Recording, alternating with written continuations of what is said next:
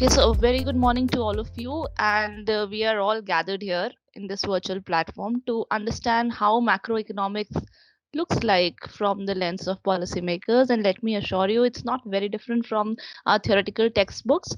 The case that we are going to take today under this is the budget 2021, and we'll focus on the fiscal policy interventions by the government over the last year and what the government intends to do this year, because fiscal policy is an area in which I currently am working in. So I would be able to give you some deep insights into it. At the outset, first, let me just thank Jindal Business School to give me this opportunity to interact with you all. And I am sure that we both, you and me, we will be enriched at the end of it. Thank you so much, Priyanka, for this opportunity. And let's just start with the presentation. So, the budget 2021 was very different over the last 50 years, in the sense that it was in unusual times, in unusual circumstances. So we cannot, use the same yardstick to measure how it was. Like, I get a lot of queries that there are certain sectors where the government cut down its expenditure, and there are certain sectors which were given an impetus. So, you cannot question why this was done, because, the circumstances are very different. There are unusual times, and uh, we cannot pose those general questions to the budget this year. However, let's just try to understand how were these times different, and how was government's policy targeted in a very, very thought out, very distinct, and a very discreet manner.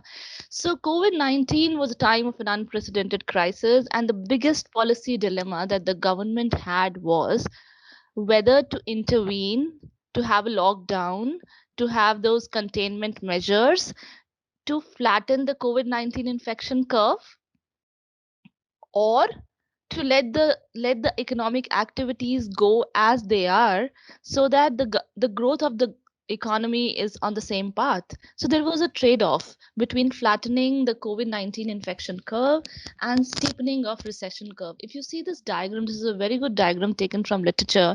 So the positive so the y axis is the new cases, and if you see the positive side of positive quadrant, you would see that this red line is the new cases without containment policy. If you would not have, the government would not have intervened with the containment measures, this would have been the rise in the cases. So we actually was our system prepared for the health infrastructure and other necessities which are required to cater to such a steep rise in new cases?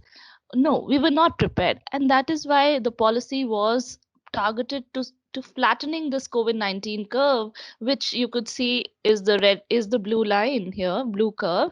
So, but in the bargain, we had to actually give up on the economic growth that India was experiencing. If you see the lower quadrant here, the red line, the red curve, is the recession with containment policies, and without containment policies. That is, if we would not have intervened, then the fall in the GDP would have been lower. But with containment policies, obviously, with the extreme kind of lockdown that we had, the fall in GDP has been very steep. So, Economic Survey this year talks extensively in its first chapter about how stringent the lockdown has been, and it does very well researched, very well evidence backed analysis, saying that across countries, if you run regressions and if you see that our country's lockdown has been very stringent, and that is why our GDP has fallen so much in the first 2 quarters. And after that, since because of this stringent lockdown, we have actually been able to curtail or flatten the curve of COVID 19. What was our policy response that we are talking about that helped us manage this pandemic so well? It was a Bayesian approach, which says that right up front, I will not take a big decision. Let me just take my decision as it comes. So there is a lot of uncertainty. We don't know where things are going to go, and let us just take step by step at a time, and then update our information that we have, and update our policy response accordingly. So COVID-19 was very unique in the way that it affected both supply and demand side. Here on the left side, you see a lot of ways in which it has affected our economy. The uncertainty was increased. There was a fear of contagion. People were risk averse, and as a result, they were increasing precautionary savings. In March 2020, when we imposed a very stringent lockdown, there was uncertainty. We didn't, and in that uncertainty, we know that people have a motive to save more. So the idea was to cushion the poor and the vulnerable firms.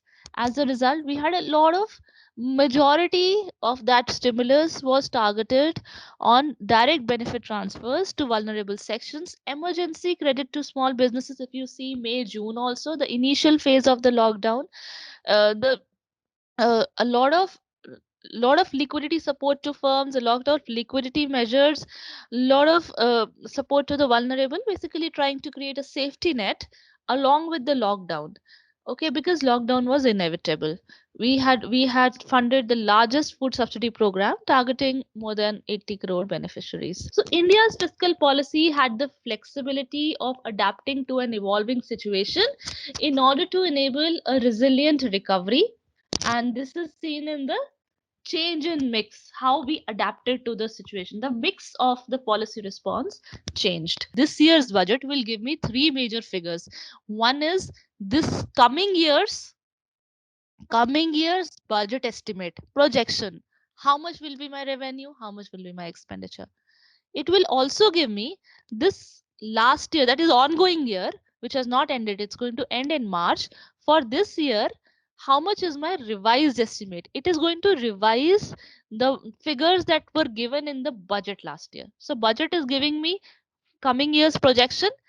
Next year's budget is going to revise this projection, and the next year's budget, the second t plus 2 time, it is going to give me actually how much it happens. So this year's fiscal deficit in the budget, if you see FY21 BE, at the start of the year we had said this year we are going to borrow 3.5% of GDP, but then COVID happened.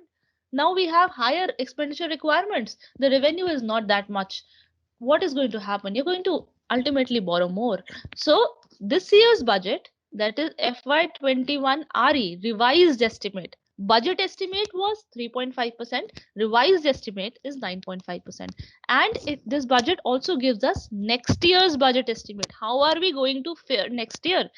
Next year's budget estimate is expected to be 6.8% of GDP.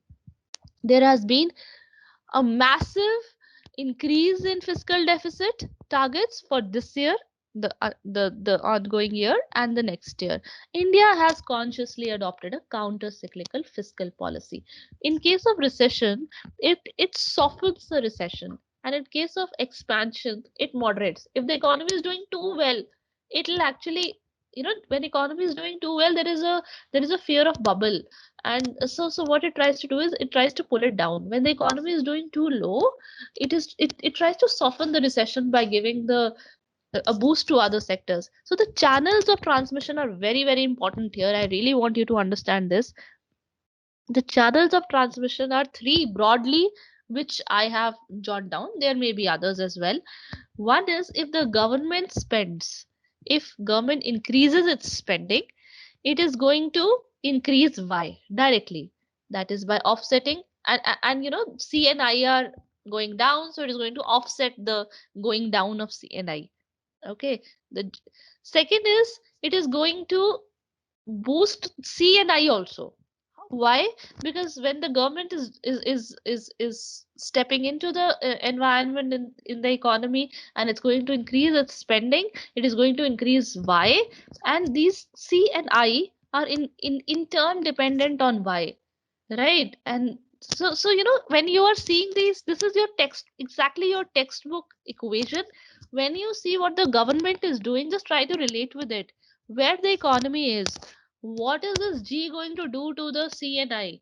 The economy is in bad state, aggregate demand is low, consumption is low, investment, we don't know what's going to happen to investment. The government steps in, it increases Y, which in turn are going to increase C and I through the fiscal multipliers, the standard multipliers that you have read in your macroeconomics. And then we have a huge literature which says that in times of recession like these multipliers are higher compared to other times. Thanks all of you, and thank you, Gurvinder, for agreeing to be have an interactive session with all of us, and that has helped them understand, or that has put a life to the chapter that we had just discussed. So we just finished with national income accounting. So